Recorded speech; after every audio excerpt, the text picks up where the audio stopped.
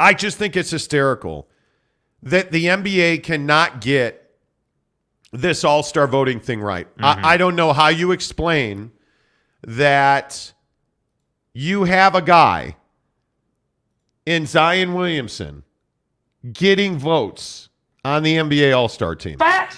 And all joking aside, in all seriousness, you look at the voting, and I just don't understand it. I don't understand. Look at that. Go third down on the list. He's third in the player ranks. Yeah, that's stupid. Fourth in the fan rank. Fourth in the media rank.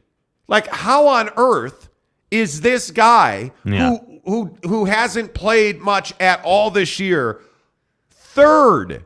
People, they're putting him, the players rank him third. Right. Yeah. Tell me that this system is not broken. Yeah, I mean, the system's clearly broken. I think and it's clearly unjust. I mean, I think what happens when people vote on the All-Star team is they skip over whether they played a bunch or not. Like, well, if he had played, or when he plays, he's a great player. He's one of the best in the league. And I don't disagree in Zion's small but robust outings this year. Zion has made some noise. Zion, he had some big games, and you got to give him credit for that. But the problem is the guy never plays. He hasn't come close to playing a 29 full slate of games. Like 29 games. Just a bit over half of their games he has played. And he's number 3 in player voting? Yeah, it's an issue. Look at I see what I meant to say. By the way, here's the Eastern Conference voting. Giannis number 1. By the way, how is Joel Embiid not starting? Because it's garbage. He's not only the best center in the NBA, he's arguably the best player in the NBA.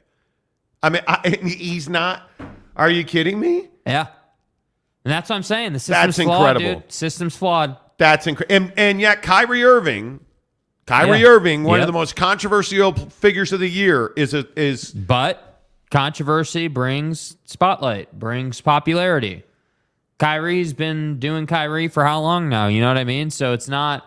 I'm almost not surprised that Kyrie's there. I'm more surprised that Joel is not starting. I hate this process. Yeah. I hate this process. I can't stand it every year. I'm thrilled the game is here in Utah this year, obviously.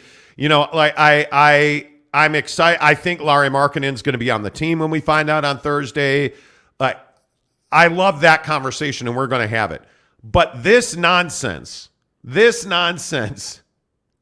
with this voting process is just such it's a joke. By the way, I'd just like to point out, you notice how all the accents are yellow? Like yellow's not the main color, just accenting. The accent, yellow. like the Jazz. It's the accent, yeah. Like the Utah Jazz. Yeah, we're accenting. Right. I'm amazed by this. I'm amazed by this. Like that, and with all due respect to LaMelo Ball, LaMelo Ball getting a ton of votes. Like, it's a popularity contest. That's all it is. That's it, dude. That's all it is. That's it. That's all. It's so frustrating to me. Yeah. It is. It's just one of those situations where there's too many cooks in the kitchen, man. You've got too many people voting on the same thing that affects it different ways, and then you get Joel's not starting. Neat. Thanks. Because I was already so invigorated by the All-Star game itself that now I need to wait 5 minutes for Joel to get into the game. Like, you look at this Western Conference thing, and I'm amazed by the fact that you look at Devin Booker, 7th in player ranking, and Zion Williamson's 3rd? Come on. Zion Williamson's 3rd. Fact. Are you serious right now? Are you serious right now that Russell Westbrook is 6th in fan voting? You see what I mean, though? That he's 5th in the media ranks. Russell Westbrook was voted 5th amongst guards in the media ranks. Like his composite, which is the players, fans, and media rank average, is 9th. What's up, big bro? He's one of the top 10 guards in the NBA right now. and he's in front of Anthony Edwards from Minnesota. Are you serious? It's bad. That's what I'm saying. Like, there's example after example after example of injustice, dude. I get it. Buddy is in the running for 6th man of the year. And arguably, he deserves that based on the numbers he puts up. But my God, if he's not a losing player, right?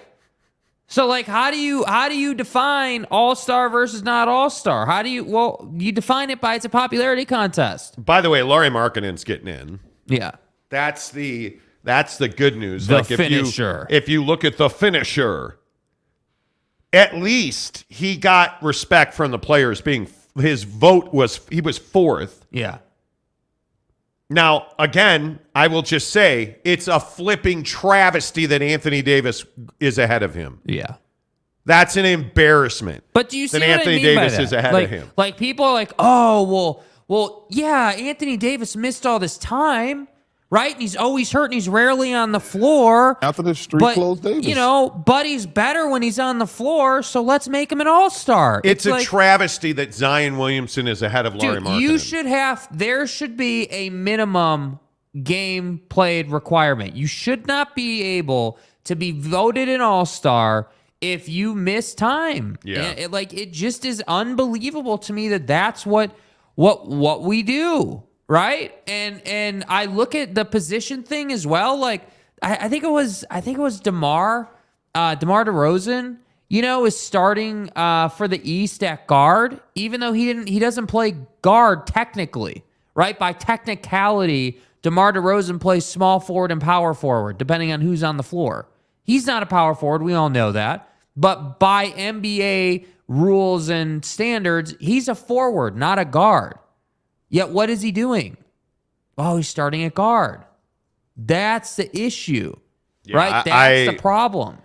I don't know. I'm not trying to open the show and be all negative today. Obviously, you guys know we like to come out with a lot of energy, talk about how great we are, talk about how beautiful we are, talk about that I woke up this morning to have my nightly meeting with Nighttime P Guy, and I want to thank me. Happened to notice that